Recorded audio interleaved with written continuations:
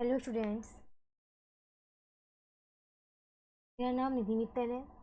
जैसा कि आपको पता ही है, हमारे यहाँ पर लॉ ऑफ कॉन्ट्रैक्ट की क्लास स्टार्ट करवा दी गई है। आज यहाँ पर यह उसकी सेकंड क्लास है। आज यहाँ पर यह सेकंड क्लास है आपकी। मैं आपसे कल भी कहा था कि जो आपकी फर्स्ट क्लास हो रही है उसके बेस पर सबसे पहले हम कुछ क्वेश्चन आंसर आपसे पूछें। चलिए फिर आप मुझे आंसर करें। सबसे पहला क्वेश्चन तो इसके रिगार्डिंग एक यही बनता है कि law of contract, Indian contract act है, वो कौन सी तारीख से इन्फोर्सेबल है।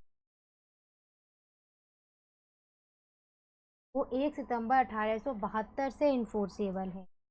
चलिए अगला क्वेश्चन। कोई भी एग्रीमेंट जो लॉ के द्वारा इन्फोर्सेबल है, कोई भी एग्रीमेंट जो लॉ के द्वारा इन्फोर्सेबल है उसे क्या कहते हैं? उसे कॉन्ट्रैक्ट कहते हैं। और इसे कहाँ डिफाइन करा गया है? इसे इंडियन कॉन्ट्रैक्ट एक्ट के सेक्शन 2 सब क्लॉज एच में डिफाइन करा गया है। इसी के साथ में आप मुझे ये बताइए, जो ऑफर होता है, ऑफर इसे कहाँ डिफाइन करा गया है? कॉन्ट्रैक्ट एक्ट के सेक्शन सब क्लोज ए में डिफाइन करा गया है। ऑफर का क्या मतलब होता है? जो व्यक्ति ऑफर बना रहा है वो व्यक्ति अपनी विलिंगनेस को सामने वाले व्यक्ति के सामने इस पर्पस से प्रेजेंट कर रहा है ताकि उसकी स्वीकृति इस ऑफर के संबंध में स्वीकार की जा सके। ये बताइए जब कोई ऑफर ये बताइए जब कोई ऑफर एक्सेप्ट कर लिया जाता है तो वह क्या बन जाता है? जब कोई ऑफर एक्सेप्ट कर लिया जाता है तब वो प्रोमिस बन जाता है। और इस बात को कहाँ बताया गया है? इस बात को कॉन्ट्रैक्ट एक्ट के सेक्शन 2 सब क्लॉज बी में बताया गया है। A proposal when accepted becomes, कोई प्रपोजल जब एक्सेप्टेड हो जाता है तो वो क्या बन जाता है? वह प्रोमिस बन जाता है। ये बताइए कंसीडरेशन को कहाँ डिफाइन करा गया है? Consideration section 2 sub clause D, when at the desire of promisor. ये बात हमेशा याद रखिएगा, कंसीडरेशन हमेशा से ही at the desire of promisor, ये हमेशा से ही प्रोमिसर की डिजायर पर होता है। इसको पे कौन कर सकता है? इसको या तो प्रोमिसी या अन्य किसी भी व्यक्ति के द्वारा दिया जा सकता है। क्या परिभाषा है कंसीडरेशन की? सेक्शन 2 सब क्लोज डी के तहत जो दे रखी है, ये इसके मेन एसेंशियल है। When at the desire of promiser, the promisee or any other person has done or abstained from doing or does or abstained from doing or promisee to do or to abstain from doing something, such act or abstain from or promise under section 2 subclause d is called consideration। बहुत simple सी बात है consideration की regarding अगर हम बात करें। जैसे कि संबंध में सपोज करो एक व्यक्ति है ए, वो कह रहा है कि उसके पास में 100 मोबाइल फ़ोन हैं और वो इन 100 मोबाइल फ़ोन को बी को बेचना चाहता है। कितने में? 5 लाख रुपए में। यहाँ पर बी के लिए कंसीडरेशन हो गए 100 मोबाइल फ़ोन और ए के लिए कंसीडरेशन हो गए वो 5 लाख रुपए, समथिंग फॉर रिटर्न। कंसीडरेशन कहाँ डिफाइन है? सेक्शन 2 सब क्लोज डी में डिफाइन करा गया है। चलिए ठीक है, एक फॉर्मूला लिखेंगे, आप बताइएगा उसके रिगार्डिंग सही क्या है।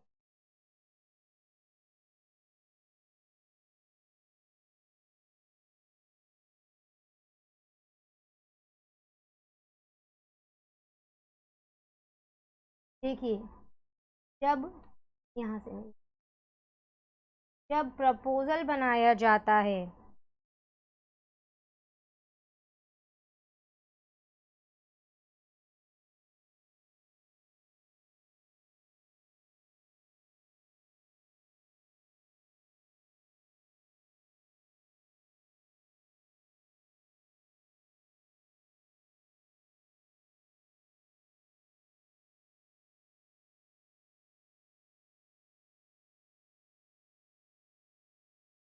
हम्म,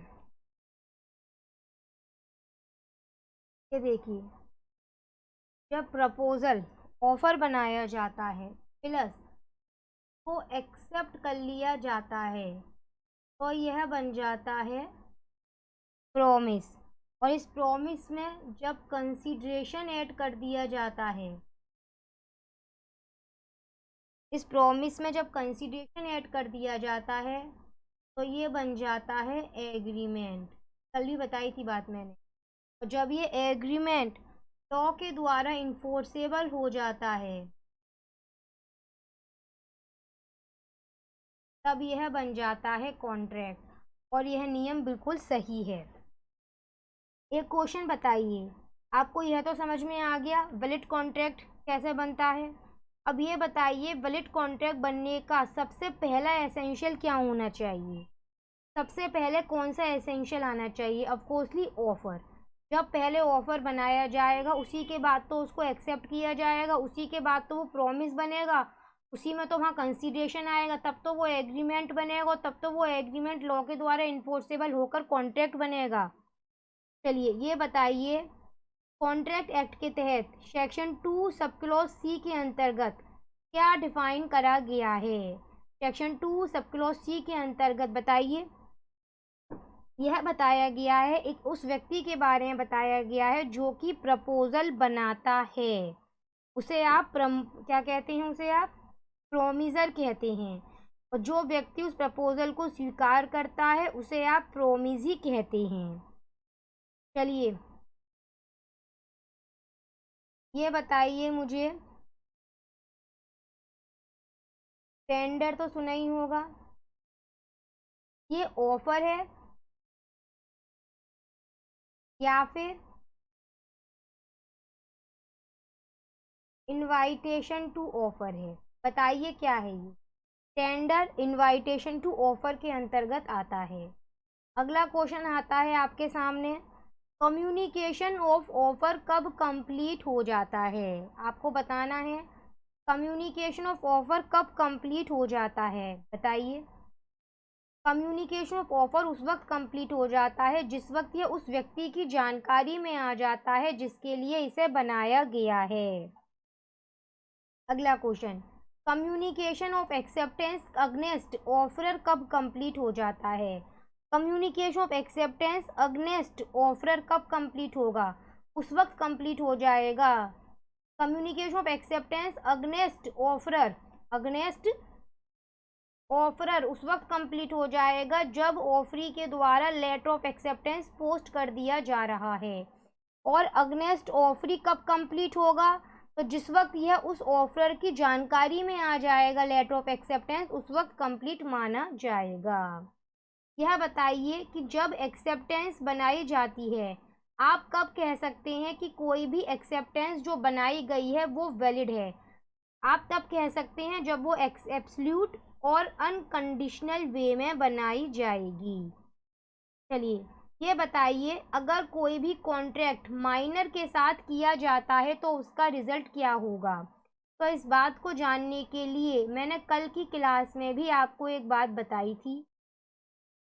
मैंने कल आपको बताया था कि जो पार्टीज होती हैं कॉन्ट्रैक्ट के टाइम पर उन्हें कॉम्पिटेंट होना बहुत ज़रूरी होता है।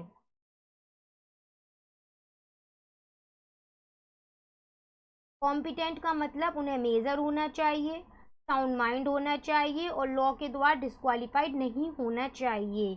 यहाँ पर एक बात याद रखिएगा, मेजर होने की बात हो रही है। अगर कोई भी पार्टी कॉन्ट्रैक्ट की माइनर है उसके द्वारा किया गया कॉन्ट्रैक्ट वॉइड एब इनिशियो होता है। और इसका लीडिंग केस लिख लीजिए, मोहरी बीबी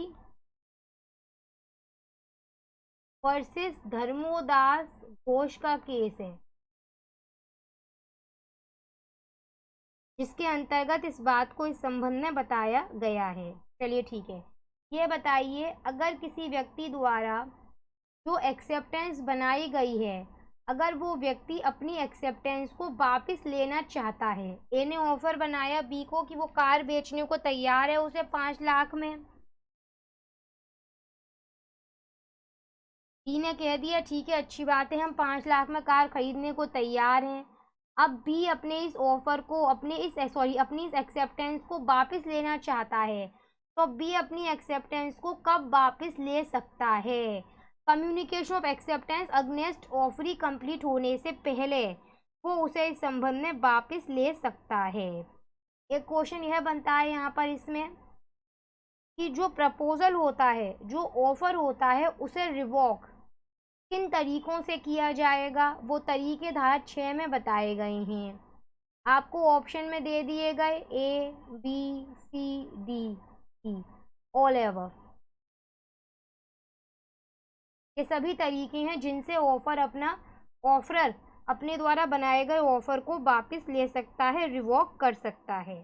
चाहे तो नोटिस के माध्यम से हो, लैप्स ऑफ टाइम के माध्यम से हो, प्रीसीडेंट कंडीशन फुलफिल नहीं कर पाया हो वह, तब है।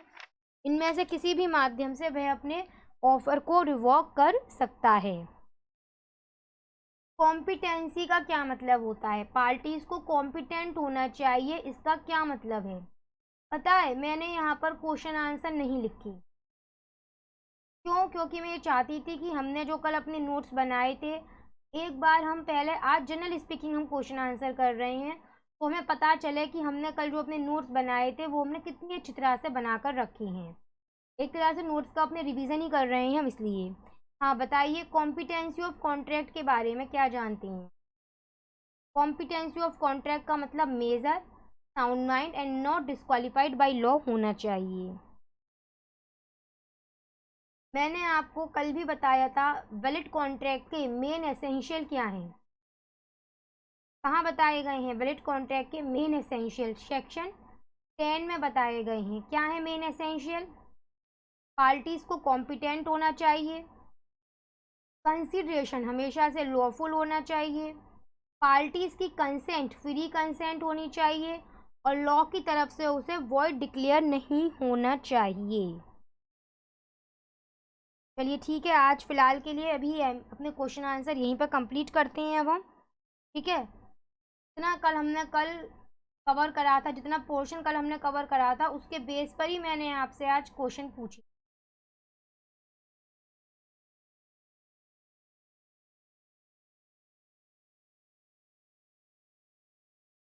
ये बार बार इन नोट्स को आपके सामने लाती रही ताकि आपको पहचानने में आसानी हो, समझने में आसानी। तो चलिए फिर ठीक है, फिलहाल के लिए क्लास यहीं कंप्लीट करते हैं। कमेंट बॉक्स में आप मुझे आंसर बताइएगा कैसे आपको क्लास लग रही है। इसी के साथ क्लास यहाँ पर हम कंप्लीट करते हैं।